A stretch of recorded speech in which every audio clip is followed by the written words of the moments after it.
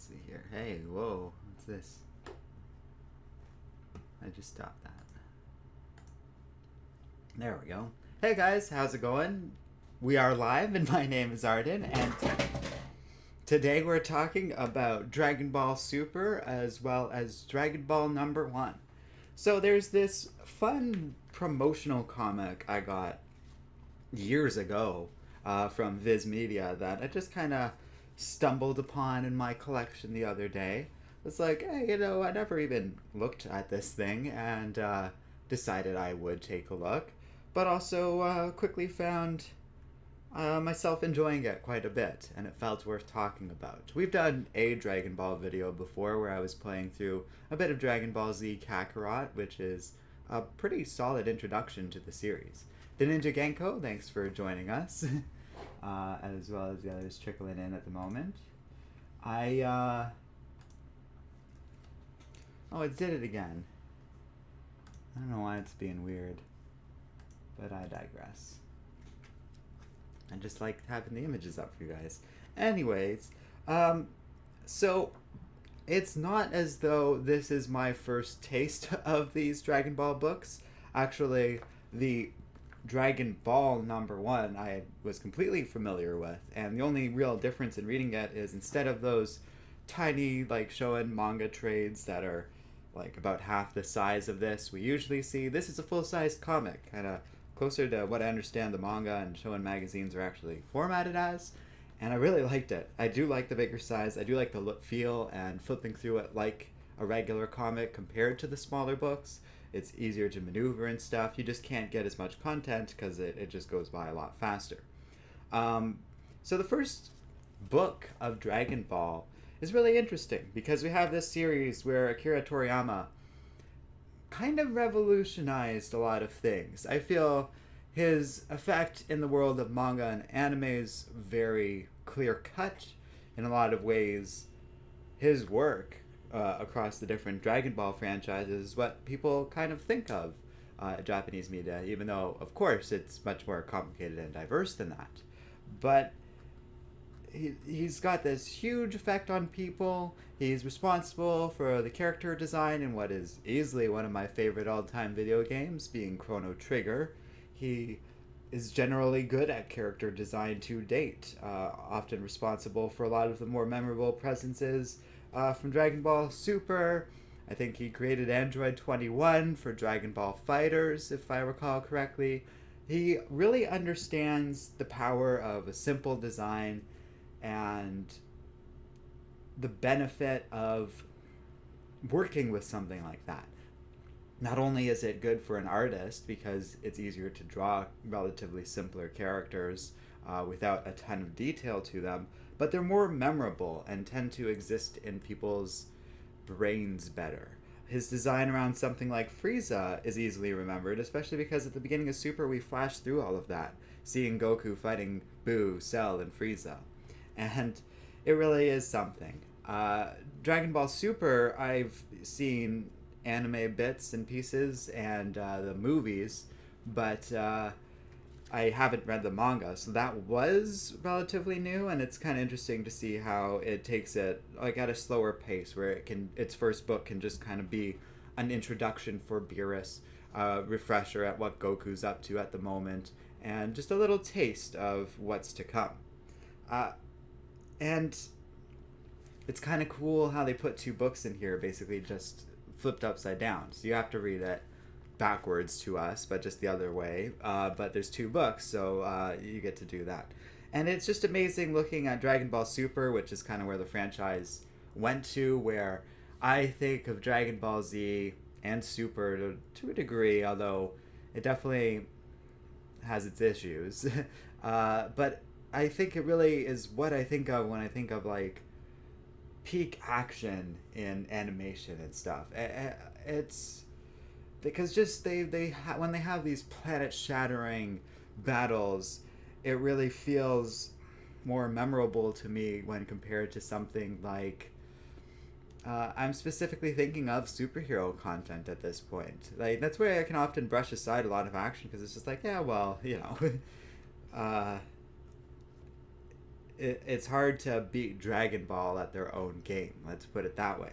But the first issue of Dragon Ball is comparatively much simpler. Toriyama kind of originates as a bit more of a gag writer, and this story of Dragon Ball is much, much more rooted in like the Chinese fairy tales, as it itself declares at the end of this book, where it's like, remember your Chinese fairy tales? You don't? Not even the impish Monkey King and his magic staff, the Nyobo? Well, oh well, next time drop in and you'll learn.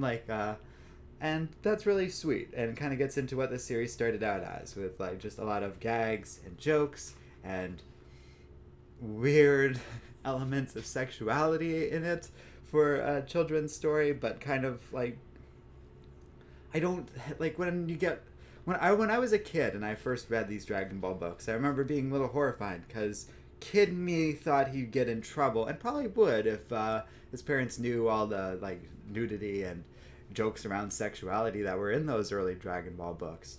But those jokes and the nudity, all that stuff kind of feels based around like a child's understanding of those things. So it really actually doesn't come across as all that immature. I thought it would. I was curious how well that would hold up. And it didn't really, like, it was just the same old thing that I remembered it as. And I was like, okay, it actually isn't that bad. And it holds up quite well, and in comparison, Super is this huge jump in the opposite direction. Not in terms of like it's just less gag ridden and more about power and energy. Like I said, we open on Goku, like kind of us refreshing, fighting his big three enemies from Dragon Ball Z. Beerus goes to an alien planet, and they try and poison him, which does not work, and he wipes it out easily with like the use of a single finger energy blast thingy, and that's pretty much the end of the first story. But I feel gets into like already what Dragon Ball Super and Dragon Ball Z ultimately came to be about, which was the action and the power and the training and martial arts, all of those sorts of things. And that kind of, I guess, gets us into the larger extent of this, because I thought this book was a good way of us sort of doing a little bit of a state of the Dragon Ball, and us looking over the franchise, my thoughts on it, and just kind of being a little bit of an early introduction to some of that. Because we have Dragon Ball, which I have mixed feelings towards, sort of, because it is got this kiddie element. I know the first half, 2/3 of it pretty well. I know better the stuff that like is kind of the headliner. So things with Piccolo, the Red Ribbon Army, the things with Piccolo Jr., and all the early stuff with like Pilaf, Bulma, Yamcha, what have you. But there's so much of Dragon Ball, I do kind of tune out some of the more side questy things that happen in between all of those big moments I talked about. And I'm leaving out some that I know well too, like Pilaf Tower and all that business. And it's interesting. Like, it feels more like a traditional kids show, I almost want to say, aside from some unique elements relative to its time, I guess, and just the nature of Toriyama and even Japanese entertainment relative to our uptight Western sensibilities, we'll say. But I love it nonetheless, and I do love its gradual transition towards martial arts, which actually seems to resemble a lot of the other patterns within Shonen series and stuff, but one that I didn't hate. As we start transitioning into like the tournaments with Roshi, Tien, and that sort of thing, there is something to this story, and something very classic to these characters. And that becomes even more true as we get into Dragon Ball Z, and it starts to become like a story with like Piccolo getting his redemption arc, Vegeta getting his redemption arc, all these other characters like Cell and Frieza, which were incredibly memorable, but all of their lackeys. I guess Cell only had Cell Jr., but there's also all the androids, including like 17 and 18, who are quite memorable. And then the Buu Saga, I am with people in saying that it's definitely the weaker of the three major arcs across Dragon Ball Z, but it does have its moments. And I didn't hate it either. So that was all like 20 years ago or so. And then there's GT, and I've watched a good chunk of GT, but I never really got a lot out of it. I can see my light levels are already changing. I might just do this for a second, guys. Turn that on. A little better. Dark Side, thanks for joining us. Always good to see you. So, GT, I think, made a few mistakes. One is the adding annoying characters. I would like people tend to point to Pan a lot, but I would say the bigger offense is Gil, her little robot friend. Like because Pan's kind of annoying, but I get it, and it's Dragon Ball going back to its roots, aging down Goku, and all that stuff. But it gets a little messy and leaves things a little rough with like Piccolo stuck in hell, Goku, and going off to live with Shenron and stuff like that. And it feels as though Toriyama wasn't particularly happy with it but that was cemented when America got its hands on Dragon Ball and then the movie came out. And apparently seeing the movie inspired Toriyama to basically create what became Dragon Ball Super. It was really started with the Battle of the Gods movie, which is perhaps to date the single best piece of Dragon Ball property out there between its animation, story. I've only really seen the English dub, but the English dub has fantastic voice acting because Beerus I really like. It's still so dark. I'm gonna have to get a light over there, but they're not really set up for that right now, so we're just gonna have to bear it for now. Turn on that light. Sorry guys, it's getting a little dark on y'all.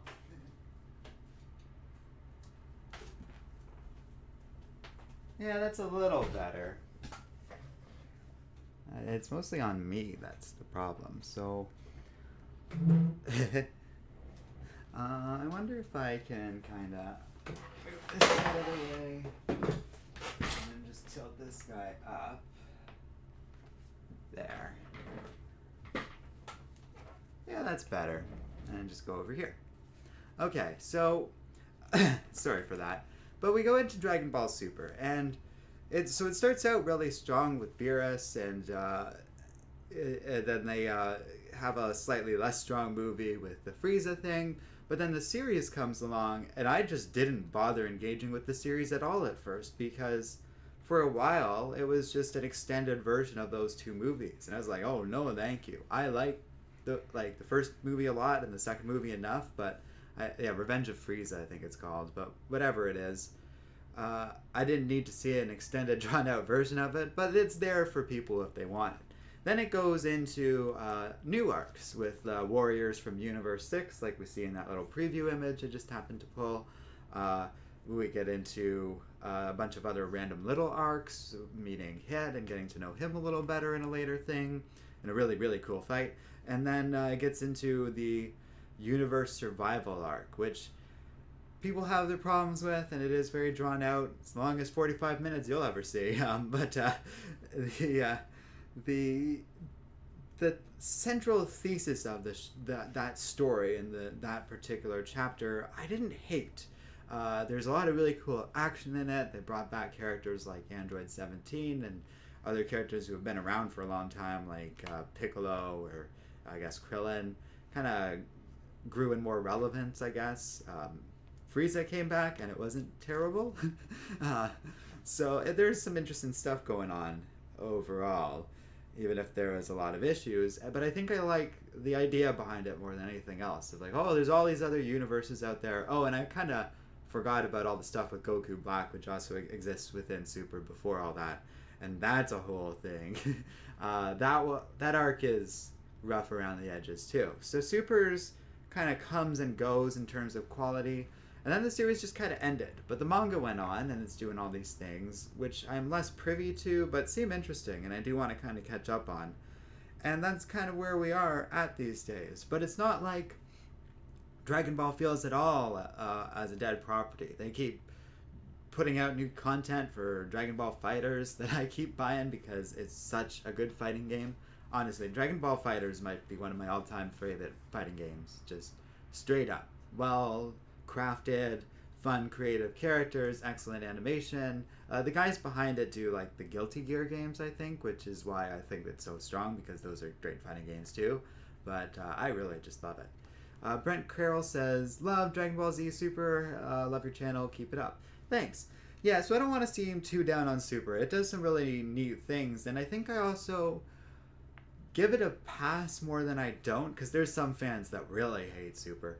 And I'm not in that camp at all, because it's just, there's Dragon Ball content where there wasn't for decades, and I'd rather a world where there's this content and we're exploring these ideas. And Toriyama, even if he's not doing everything still, because he's got to be getting up there in terms of his age and such, these stories are still entertaining. These characters, I think, still have a life in them.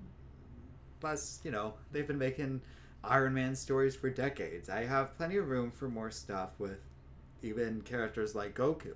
But I think when we really start to examine the franchise, it's like, well, yeah, okay, there's Goku, and everyone loves Goku. But there's a lot of other cool characters in the franchise that I think could carry stuff and arcs and stories on their own. And my hope is with stuff like Ultra Instinct, which is Goku's latest form, the thing about that form is it doesn't really have anything to do with him being a Saiyan. It's about him as a person, which means in theory anyone could get that form. And suddenly characters who have been kind of outpowered for decades might be relevant again. I've thought a lot about that. But an interesting that's an interesting side of Dragon Ball 2 is it's the ultimate example of power creep, because for a while it established numbers around power levels, and Toriyama loves to escalate things where we meet a new villain or character who's just stronger than anything we've seen before, and all these characters have to catch up with that new character, and the ones that don't just get left in the dust.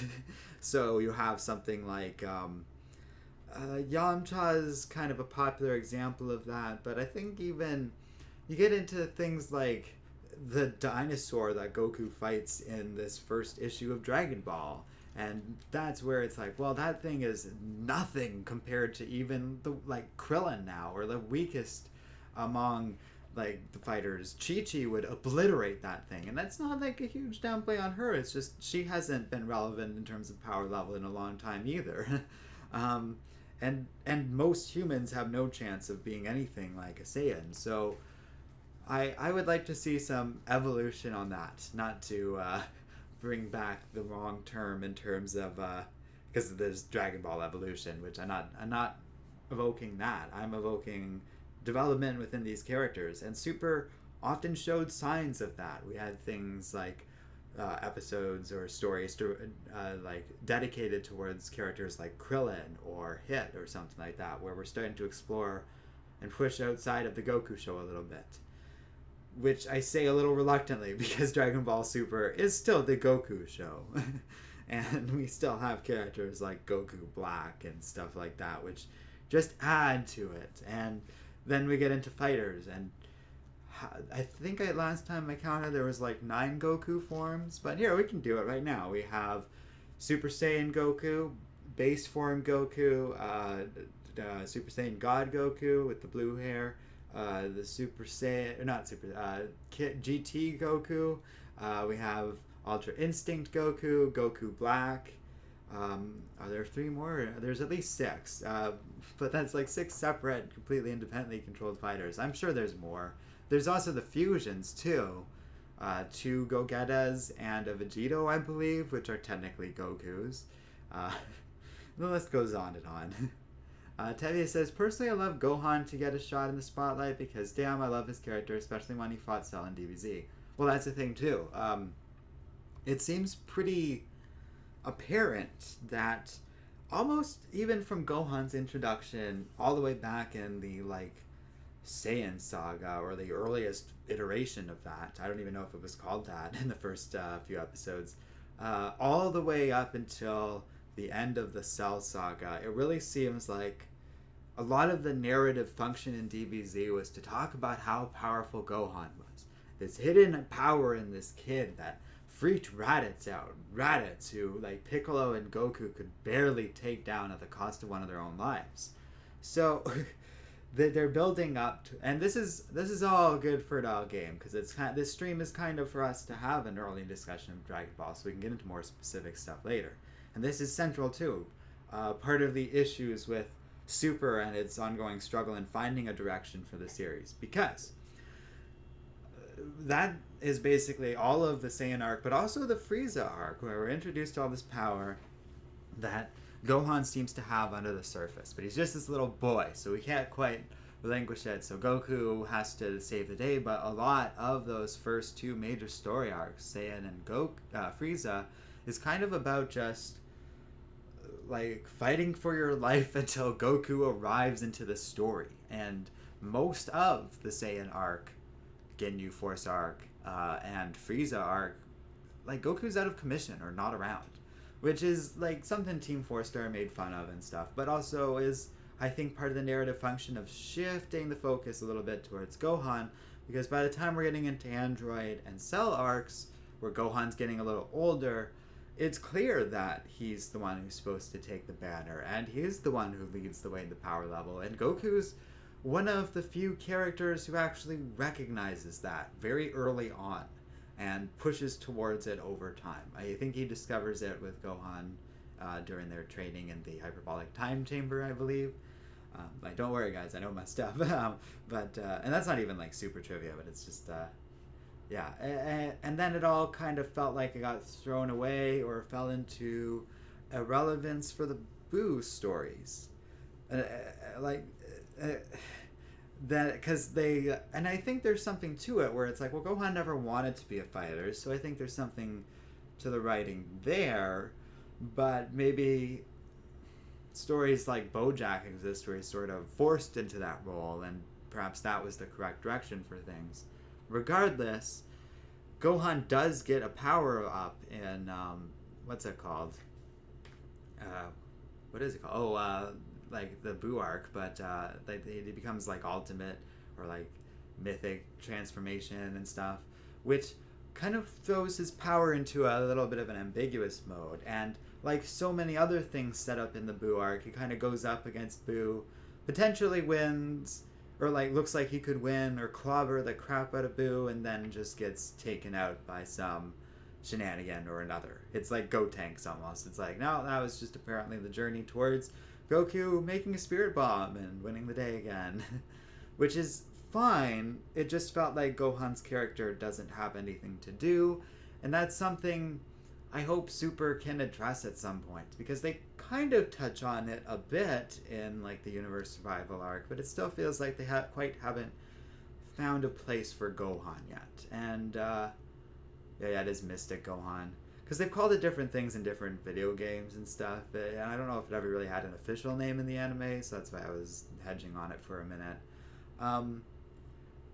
But Tevi was saying technically Gohan would have won against Boo. Well, so would have Vegito and Gotenks and all these other characters, but they didn't. So it just went on and on and on. I think I really liked Boo as a story. All this stuff with Good Boo, or like Fat Boo, if we'll want to call him that, like turning good and then expelling the evil from him. That whole story was pretty great, but then it just kept going and really feels like it lags once Super Boo shows up, right up until Kid Boo's a thing. And to be honest, the final sequence with Kid Boo is pretty fun because he's just so chaotic and dangerous. While it's just this desperate gambit for survival.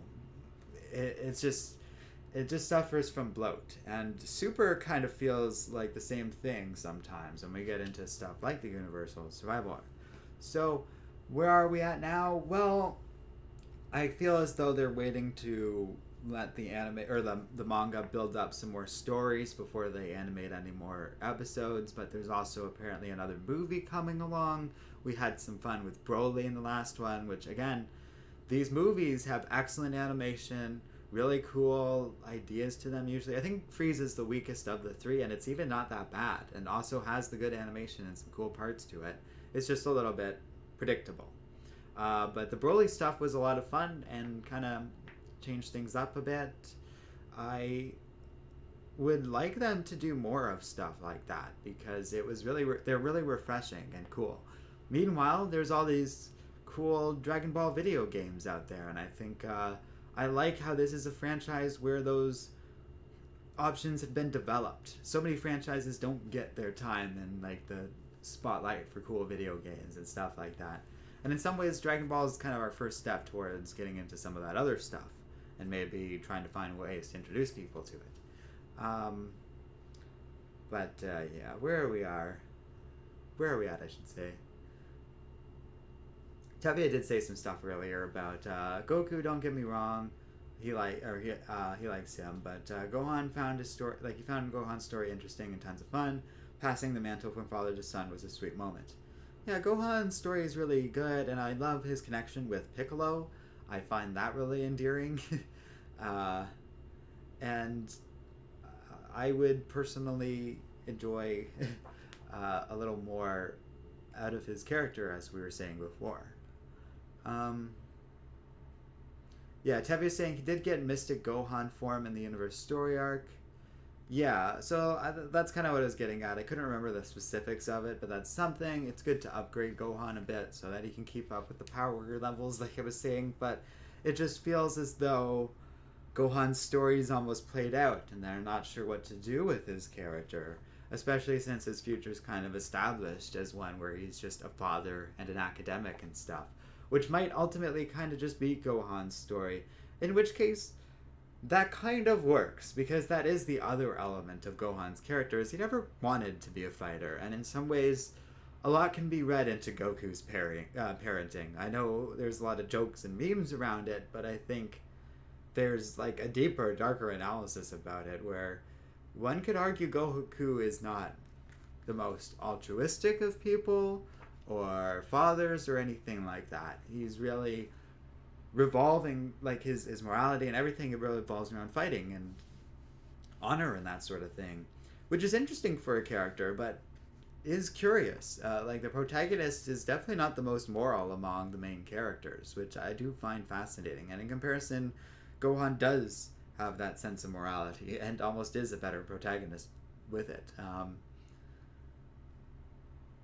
Tevye saying Fat Boo was really interesting character, and him becoming good was a great story. Yeah, and I will say one thing I found disappointing was him not being in the Universe Survivor arc. That was such a cheat, and I wish he was. He's a fun character, and I like the transformation he went through with Hercule. I think that's a really fascinating story, that Hercule, of all people, is one of the most successful in terms of defeating Boo, especially that version of Boo. He's really the only person who truly won against Boo, aside from Goku against Kid Boo much, much later, and at great cost. Let's not forget. Tevye says Kid Boo is more of a monster and friggin' nuts, but I do like that about him. He's just, you can't reason with that. That's not like Frieza, Cell, or even Super Boo. There's no rationality to Kid Buu. He will just destroy the whole universe if left alone, and that's fascinating. It's really kind of cool that the idea of he can absorb people and kind of merge with them, almost fuse them, but he's so just this raw, powerful chaos that by doing so in any form, he just essentially becomes weaker. It's really an interesting thing. A very cool idea out there. Tevye says, heck, I would love bringing in Cooler. Yeah, there are a lot of cool movie characters out there. I think Cooler is one that stands out because he has that relation to Frieza. And Frieza also has a very cool role in the story now. He's kind of content with just being a thorn in Goku's side, and a little bit more of just a mustache-twirling classical villain, more so than a standard galactic emperor, like ruthless dictator type of character that we first met Frieza as. He's changed, and I like that. Like, it seems his role in the Broly movie was more to just cause mischief, and that's a cool role for Frieza. So bringing in Cooler in that dynamic, I would be okay with. And you could even bring in their dad and see how that whole family interacts. I would love to know more about Frieza's race and where he comes from and stuff, because we don't really know much about that. And that sure would be curious. Frieza trained like once in his life and is insanely powerful, so I would he's a great character, and I was very skeptical bringing him back, but have come around to it pretty heavily with the Broly movie. And even the Universe Survivor arc, he kind of showed some interesting colors there, where it's like, okay, I see you, Dragon Ball Super. I see what you're doing with Frieza, and I'm okay with it, actually. Personally, at least. Tevia says, Dragon Ball Kakarot game I thought was so disappointing, mainly because we're just doing Dragon Ball Z again. I kind of feel that way. In comparison, Fighters, I'm a lot more excited about. I still haven't played through Kakarot, in part because, I know that story really well. But also, I do wish there was an easy way to kind of hook people into Dragon Ball story, because I know and love it through, just watching all these hundreds of anime episodes in there. I know Dragon Ball Z through watching it with all the filler and everything, because it used to just play for an hour every night on something called YTV here in Canada, and that I watched almost the entire series doing that. So I love it for that reason, but I would never really expose someone to that because there's so much time wasted in between that. Whole episodes that are just nothing. And there's Kai for that reason, but I am a little skeptical because I think it in some ways distorts the scale a little bit of Dragon Ball Z, and I don't want that either, because it's no, it is this huge epic series, so it is a little hard to share with people that aren't already into it. The only thing about that, though, is that isn't a huge concern to me, because it's already popular. So there's a lot of people I know that already like Dragon Ball and that sort of thing, and it's not that big a deal, but it's just an interesting thought. And I am a little tired of that Z story, because it's not like it's been done before in video, it's been done a lot before in video games, is what I'm trying to say. And we know that story through all these old fighting games. And part of why Fighters is kind of exciting is it has its own unique story. It more exists in a world of the fighting game dynamics. So it's just here's all these fun characters, including a ton of characters that never existed for the older Dragon Ball fighting games, which is fun. So you get to play as Beerus and Jiren if someone wants to play as that. It's the first time we mentioned the villain of the Universal Survivor arc, which shows how relevant he is. But all the other the Super Saiyan gods, Goku Black and stuff, which Goku Black as a character, and but as a character to play in a fighting game is very fun. Tevia says, true, Kid Buu destroyed the Earth entirely. That's what I was getting at, but even just the physically beating him took everything that Fat Buu, Vegeta, and Goku had in them, and that's always fascinating too. Tevia says, I did know the DB Kakarot did give us DLC for Super.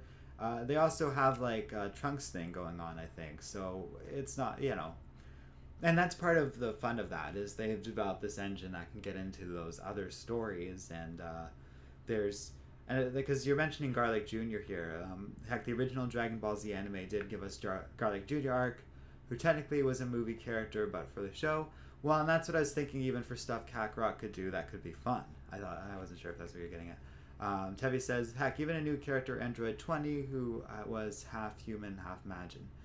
You're thinking of Android 21, actually. Android 20 is Dr. Gero. But yes, and that was we talked about it early in stream, I think, before you got here, Tabia, but that was designed by Akira Toriyama, I believe, which is pretty cool. The movies also gave us Android 13, 14, and 15, I believe, which is a whole other thing, but not a terrible thing either. I didn't hate that movie. And that fight takes place in and around the Arctic, which is a cool location for Dragon Ball. They've done ice stuff before and kind of revisited that for Broly, but it looks good again. Dragon Ball traditionally looks for those big landscapey things as opposed to fighting in a city or something like that, which is done less often, but not never either. And it's a cool franchise with a lot of different elements, layers to it.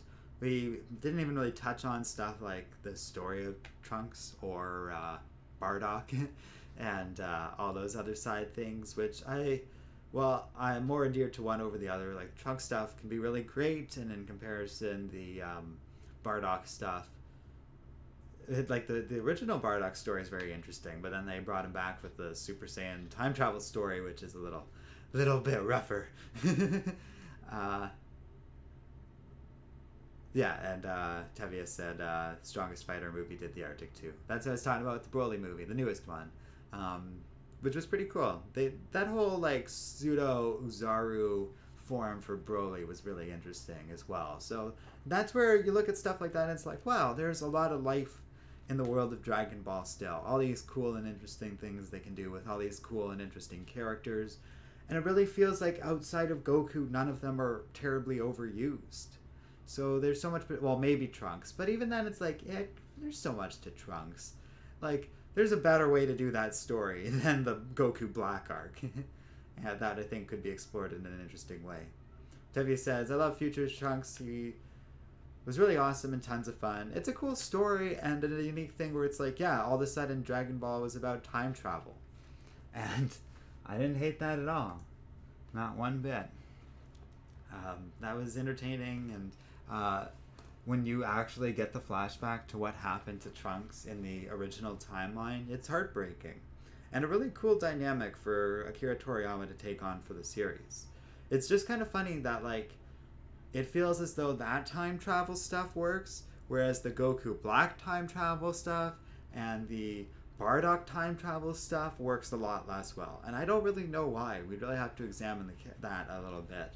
However, it might get into stuff I have talked about before with like Future's End and such, where it's like time travel stories have to be written with a deft hand, and if they aren't, they tend to go awry, which I think is exactly what happened in these different stories. The one written by Akira Toriyama basically works, and the ones that aren't don't, which maybe says enough, because time travel can be wonky, and I think the Goku Black stuff. Tevye says, personally, I think the Goku Black arc in the anime was tons of fun.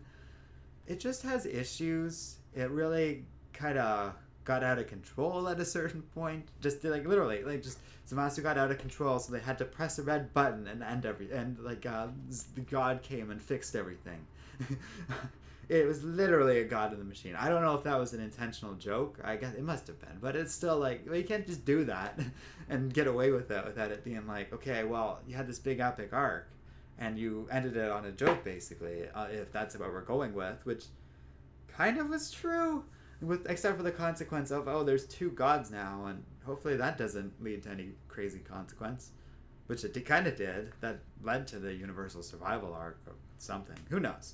But regardless, it didn't really concern itself. Tevye says, I thought the Bardock time travel arc was non-canon. Well, people love to say that about stuff like Bardock or GT, but okay, sorry. While we're still on Goku Black, Artoria probably says it better than what I was saying. It overstayed its welcome. I actually think that's the best way of putting it, because I was excited about that when we're getting into Zamasu and he's like killing gods, has these plans, but also appears to just be this lackey of another supreme kind, another universe, and putting that all together was really interesting. But Artoria is right. It just, like the Majin Buu saga, it just kept going. And after a while, or the Universal Survival arc, it loses its effect when it's dragged out that much, which I think is a bit of a recurring problem in certain super arcs. Not I think. We could probably agree on that. But, okay, and then Tevye says, I personally like the original Bardock Arc. It was tons of fun. I agree. I love that one a lot. But the second one, the non-canon one, according to like what Tevye is saying there, less so. But the thing about Dragon Ball is they're going to be reluctant to fully strike down anything from canon. GT, a couple of those characters are available to play as in Fighters, the most recent and kind of flagship Dragon Ball game right now. GT, as long as they're still selling like video games, characters, or action figures, t-shirts, whatever, will still remain relevant and exist in its pseudo-canon state, along with that Bardock thing, which, oh, it did that thing again.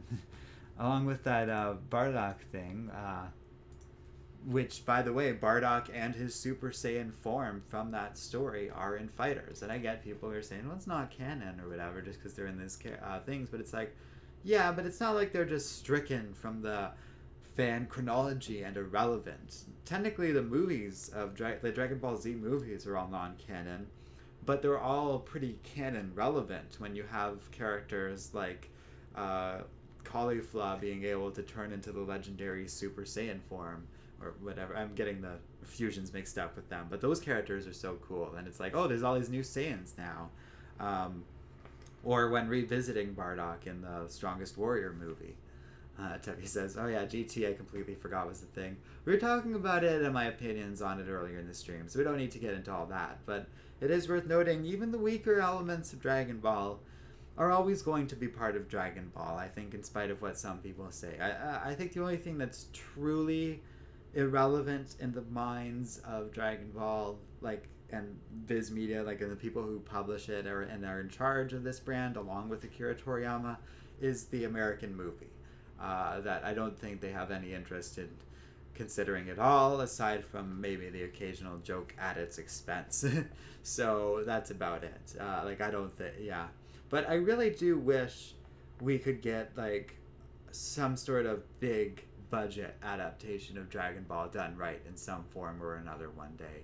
I'm not against that, be it live action or something, if we have someone who actually understands the franchise and can really bring it to life in a way, where you start with that story, be it at like the start of Dragon Ball Z, or like a sort of half picking up where like Evolution left off, even if we're mostly just ignoring that stuff, almost like a sort of pseudo sequel like Dragon Ball Z kind of was. I don't know, but there's got to be a way to figure that out. Teddy's saying, you're not wrong, especially with Caulifla, who technically was a female Broly, but you know what? She was tons of fun. Well, that's what I was saying. I love those characters. I'm getting their names all mixed up, but I really like their dynamics they establish, where like Vegeta gets his own little pupil Saiyan, and then the one girl ends up training under Goku, even though she reads as more like Vegeta to me, but I really like their bond together. And it's fun to have more female characters who are like relevant fighters again, because we really haven't had one since like Android 18, and getting more into them is great. There's a lot of cool characters along those lines now, which is really interesting thanks to the Universal Survival Arc. And it's a fun, they're fun additions, all of them. Like, just to the dynamic of just like, oh, there's more, like all these new characters and all these new things that can happen with these characters. I'd not even making that a huge gendered critique. It was just like, we're stepping a little bit out of like Goku having the sole spotlight of the show and the series, and that is what's most exciting, I would say. Chris Kellick says hello from Massachusetts, and welcome.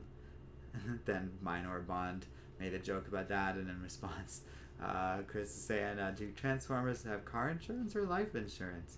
I don't think Transformers need any kind of insurance, because they heal themselves and have medics and stuff.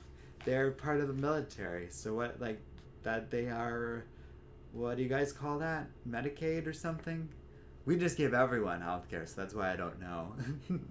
So Transformers have Medicaid, we'll say. I'd actually like that answer the most. Yeah. Yeah, man, now, okay, so Chris is saying, is sand called sand because it's between sea and land? I don't know, but we're getting into full dad jokes at the moment. And, you know, we've been talking a lot about a dad today, so I feel that's relevant. And on that note, I hope you guys had a happy Father's Day. Whether or not you have a strong male parental figure in your life isn't mandatory, but I do hope you guys, like, you know, got through the day okay, either celebrating it with your father, celebrating it as a father, or not celebrating it and taking care of yourself, whatever that may be. Chris says, you deserve a like and a sub. Well, thank you. And speaking of subscriber, Raphael says hello. Thanks for joining us. Unfortunately, we're pretty deep into it, and I was kind of wrapping up, but it is good to see you. thanks for joining us, Chris, and thank you for subscribing. That's great. But I've talked about Dragon Ball for the last 45 minutes. Raphael's saying reviewing manga, that is awesome. Yeah, we actually did talk about Doctor Stone a little earlier this year, and I was saying, I do want to get into this more, and I think we will. Based on the relatively positive reception of this stream, I probably will go forward on an idea I had for a different stream, hopefully later this week, with a game I've been playing lately, that we can kind of get into some show and stuff. And yeah, I do apologize, Raphael. I've been trying to... I don't know, like, YouTube's being real rough with its notifications and stuff, and I did that a little better. Minor Bond says you should do Demon Slayer, just saying. Sure, we can do that. I'm not... I don't think I've seen all of it, but I am not a complete stranger to Demon Slayer at this point. I'm just going to close that for now, because I'm doing something. But, where are we? Oh, I already did that. I'm going to write that down so I don't forget. And then Minor Bond says, just saying. The classic pun! The pun we all love! Oh, okay. Tevye says, one character I think would be interesting to return is probably Baby, because he did have an interesting story. I don't disagree.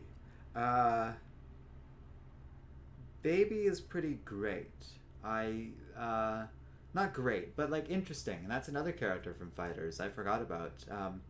Not great, but he's a great idea, and then I think GT kind of had some issues with execution and stuff, but a very interesting story, and it was kind of cool turning all these characters evil, and all you needed was just a little cut for them to infect you. That's a really cool idea, even if it needs to be maybe built on a little bit. And I do like that, though. We're talking about villains to bring back, Cooler and stuff, and I think Baby's a solid one on our list, because it's Baby was a really interesting idea, but suffered from execution a little bit. So modifying that, we'd be golden. Now, Tevye also says, I highly recommend checking out My Hero Academia. I appreciate the tip, but I also technically don't need to, in the sense of, I'm familiar. And we actually talked about that the other day when someone was talking about their fanfic for it in one of our streams last week. But and to that end, I'm going to add My Hero Academia, because I think people would be interested in me talking a little bit about that too. And then Artoria says, have you ever heard of Chainsaw Man? And you guys have finally hit on something I don't think I've heard of. Let's just Google that, because I have no idea what you're talking about. Chainsaw Man? Oh. I have not. I will look at it. I will take a look and let you know. Part of the issue, I feel, and part of Joey and I's reluctance in the past to get into anime and manga stuff is it's a very big world, very dense, and I've never really considered myself an expert. So I always have to kind of go into it with a very honest, I don't know crap about this. I know a lot about Dragon Ball. I know I'm learning a lot more about stuff like Hunter x Hunter, and which I've been really enjoying. My Hero Academia, some of the more Shonen television shows and manga series. Attack on Titan, I know. Hellsing, Full Metal Alchemist, Death Note, those kind of stories. But the other big shouns like One Piece and Naruto have not had any success getting into, and don't really intend to. I find them, I don't know, I haven't really enjoyed them much, and haven't really gotten too much into them. But some of the other stuff we've been talking about, I traditionally enjoy. Demon Slayer's been pretty good so far from what I've seen. My Hero Academia I like, and kind of feels relevant to our channel now that I think about it. And Chainsaw Man, I don't know anything about, but is new, and I'll check it out. This sounds interesting. It's a shonen series and stuff. Minor Band says there's also old school animes. I'm a little bit more comfortable with some of that and just knowing some of it. I know about Bleach. Raphael was saying that. Tevye saying Attack on Titan has a controversial ending. I didn't know it ended. Oh my. Well, that will be interesting. It's probably crap, and I can see that. Kind of, I don't know. I think I got far enough in that series that I know what direction it was heading, and I can see what your people are saying there. Gundam's a good one that I know nothing about, and that's where I get a little more intimidated. And even just the world of JRPGs and stuff, I don't know anything about Sword Art or like some of those other brands, Fire Emblem, which isn't really a traditional JRPG. Persona is really cool, but I still haven't really played through it. And I know that it's relevant. It's Japanese media, and they bleed over each other a lot. Tevi says the anime is not over. Well, maybe they can change things, but they've seemed pretty loyal to it. And then Tevi says there's also Terse on Netflix. I haven't heard of that either. But when you guys said classic anime, I was thinking of stuff like, what's that called? Tank is the theme song to it. Oh well, someone will mention it. Cowboy Bebop. It came to me. Or like Berserk, or Elfen Lied, I guess. Fruits Baskets and all that stuff. A lot of those I'm familiar with. Not all of those I mentioned I'm into. But then I have like guilty pleasure animes that I really like, such as what's it called? Code Geass is great. I like that. Tevi says, I love Persona 5. The games are fantastic. Yeah, they I hear only good things about them, and I've like barely started the first one, so I gotta start working on it. Oh yeah, and then Tevi was saying Trigon's another one. So there's this whole world out there. The cool side of that is this untapped well of top 10 videos, what ifs and stuff. The only downside is that there's like channels dedicated to that stuff, like whole channels dedicated to like Hunter x Hunter and such, to the extent that those YouTubers are bigger experts on me than it already to begin with, but have done a lot of things where that would be fun to do, of like, oh, top 10 this and that. But if there's a way I can explain Hunter x Hunter stuff or introduce it to people, I will, because I've been really enjoying that lately. The same guy who does that did Yu Yu Hakusho, which is another classic one that I'm sure a lot of people are familiar with. And a story that, from what I can tell, seems to go on a very similar trajectory to Dragon Ball, like kind of gradually transitioning more and more into, what's it called? Sorry, someone said something in chat. I got distracted for a second. Transitioning into what? Oh, martial arts and stuff from its like original premise. App has been. Shannon says, "Hello, Comic Island. Can you show the full design of the T-shirt you were wearing now with full screen, standing, and remove the earphone and microphone in front of you?" Well, I'm not doing all of that. I'll just tell you where the design is so you can look it up. It's because I bought this shirt from the Kill Shakespeare guys. They were selling it at a booth at Fan Expo, ironically. I got these at the same place. I didn't even think about that. So you can just look them up and probably order that shirt from their website or get the image there. But yeah, you pose full screen for it. No, I'm good. Tevi is saying I love the Yu Yu Hakusho. I assume you would love Hunter x Hunter if you aren't familiar with it as well. And it's on, a huge chunk of it's on Netflix at least. There's also Crunchyroll, which is a whole thing. And Funimation has like a whole streaming service now I don't know much about. Anyways, that's just my little review of anime in general, but it kind of makes sense Dragon Ball would sort of touch on all of that, because it's at the core of so much of this. And it does mean a lot to me, just in the sense of it being a like childhood thing. So I do very much intend to get into more anime and manga stuff, but I think we'll leave it for now. And thank you everyone for watching. This was a fun stream, and I didn't really know how it was going to go, so I'm glad there was a positive reception for it and stuff, because it was just like, oh yeah, sure, we'll talk about these books, and I truly enjoyed it. So yeah, appreciate everyone doing that, and we'll see you guys next time here on Comic Island.